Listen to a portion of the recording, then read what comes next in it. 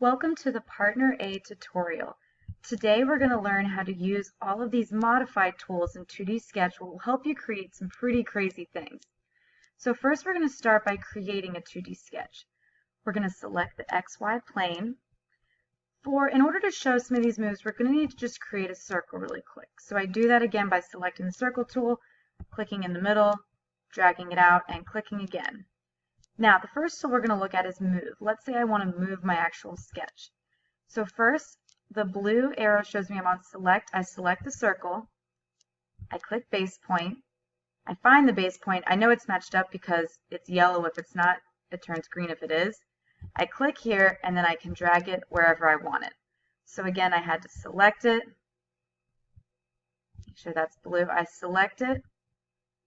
I click the base point. And then I move it wherever I want. Now let's say that I want to copy this circle over and over again. Again, I select it, I hit base point, I grab the base point, and then I can move as many copies as I want. Now for the next tool, I have to use rotate. So I'm going to create a quick rectangle. And for the rotate tool, you will start by selecting all of the sides that you want to move. So you'll turn them blue. That's how you know they're good to go.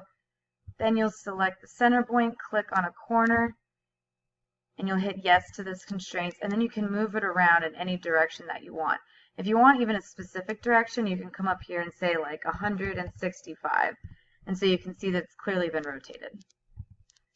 The next one that we're going to look at is trim. We're going to need to make some lines for this. So we'll just make a few lines, kind of like a star here. So the way that I go ahead and trim is when I select that trim tool, I can actually click on lines that I want to leave. Now, if I want to extend those lines back out, I can do that by adding them here. I can bring back that line. Again, wherever that black is going to go, if it's not going in the right direction, just come to the other end, just try to attach it with another one. So I can do that. The next one I'm going to look at is scale. If I select a shape that I want to make bigger or smaller, I can select it, find a base point, yes, and then I can actually make it much bigger or much smaller. Now the last one, offset, is where you can actually create a smaller or bigger image, but keep that there. As you can see by this drop down, I can take a line and I can just duplicate it until it's offset from the original line.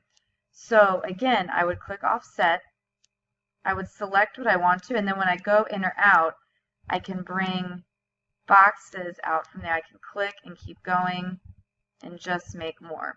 So when you teach this to your partner, their page should be a mess like this. They should have practiced each one of the tools in several ways. Now, why would I actually use this, the extension? I'm going to go ahead and delete this really messy sketch, but this makes our work a lot quicker. Let's say we wanted to make some really, really crazy object.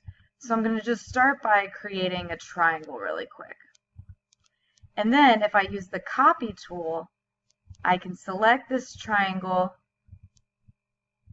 get my base point, and I can copy it in a bunch of other places. Okay? So I can hit the escape button to leave that. I can come up here to trim, and I can take out some of these extra lines. So all of these things that I don't want, I want to make a kind of crazy, gigantic, really cool looking figure on the outside. So I can get rid of all of these little lines. And now I can offset this image by bringing it in. Now I've created this really crazy looking thing, but if I come over here to my 3D model and I extrude this, I can create some pretty funky, pretty crazy looking things. So it just allows you to create even more complex shapes even faster.